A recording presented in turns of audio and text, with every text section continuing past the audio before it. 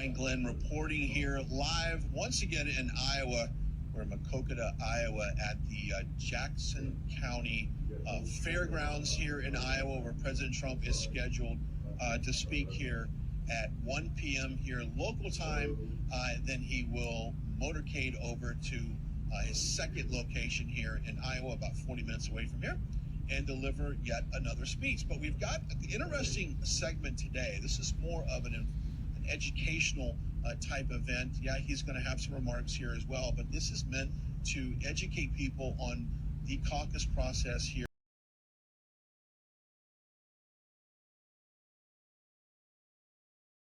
That's fine. Thank you, sir. Come on in here. Got your nice little Make America Great Again hat on. Yeah. Yes, I'm from Canada. Oh, you're from Canada. Oh, have I met you before? Have you been to a rally? Pennsylvania. Pennsylvania. I think I remember your story, to be honest with you. But recap, why are you here? I'm here because what Trump represents is God. And that means a lot to every country in the world. We're uniting. And when I was in Pennsylvania, I really saw the unity. I loved it. There's no separation. The love, you can feel the love. So a lot of the world that criticizes and that's kind of, sort of mind controlled away from Trump, it's really God. They got to take it up with God. It's God, freedom, because when you have freedom, you can accomplish a lot of stuff. And when you have the type of restrictions and the Constitution that's been taken away from us, our rights to assemble, our rights to freedom of speech, our freedom of religion, when that's taken away, that is the opposite of what God grants you. That's imprisonment is what that is. That's great. You said it perfectly. Yeah. Okay, so you drove down from Canada, right? I did. Okay. Yeah. So what is it like there right now? When you see the videos of Trudeau and him getting heckled in and out of events, is that reality right now with Trudeau? Are Canadians just over him? I've got a rare lens. I had a near-death experience. That might be the story that you remember.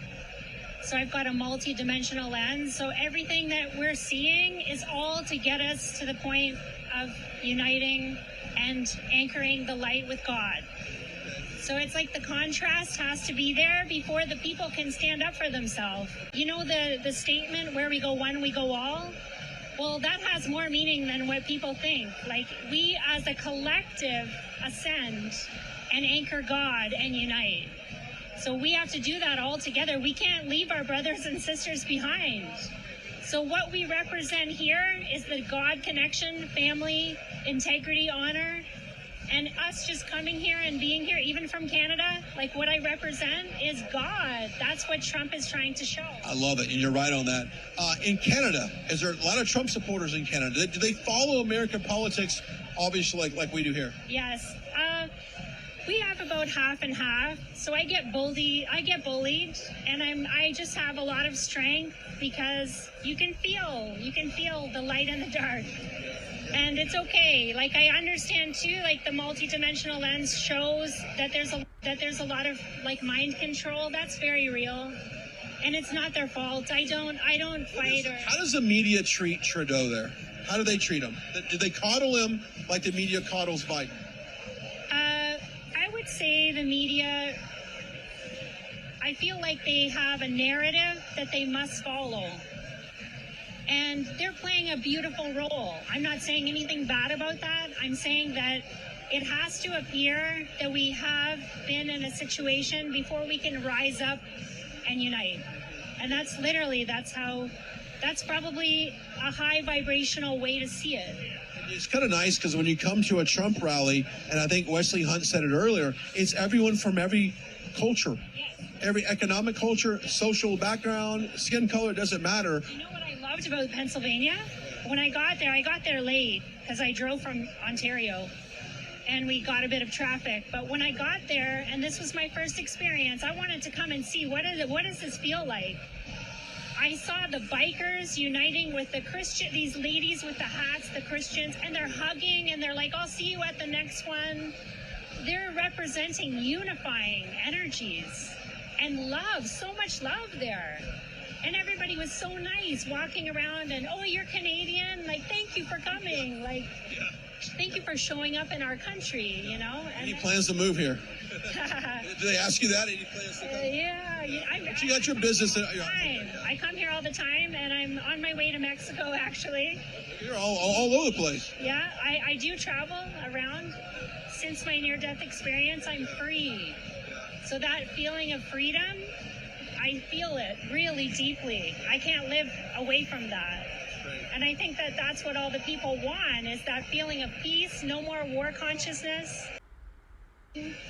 dropping all the hate and the separation.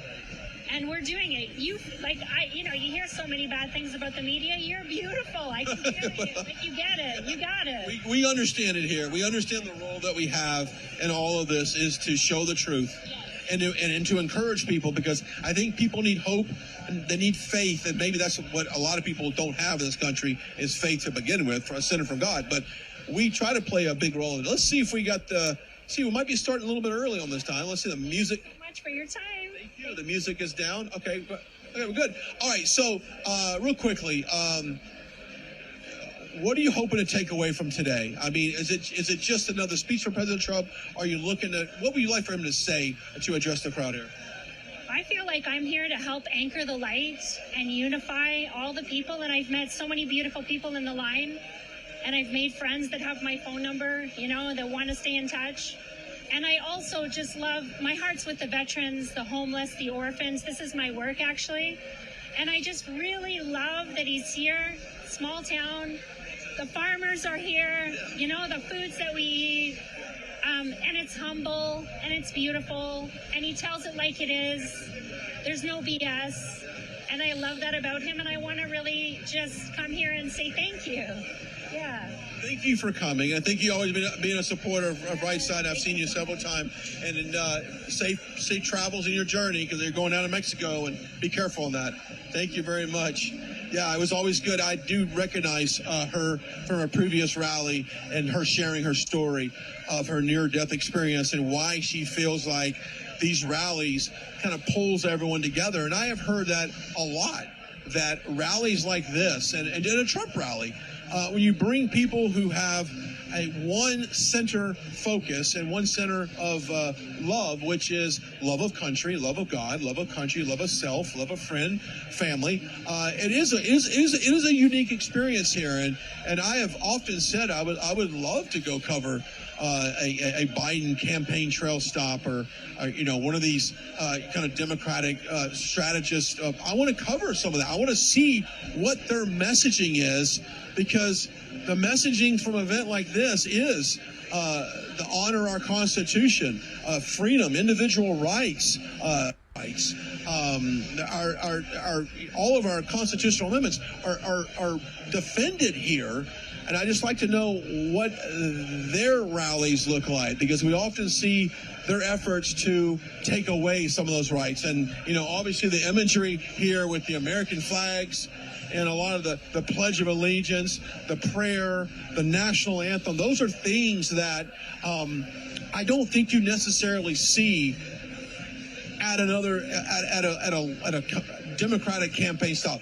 Maybe I'm wrong, and if you have any staffers out there that want to invite me, I'm more than welcome to come check it out for myself. Let me step aside and let you check out what's going on behind me.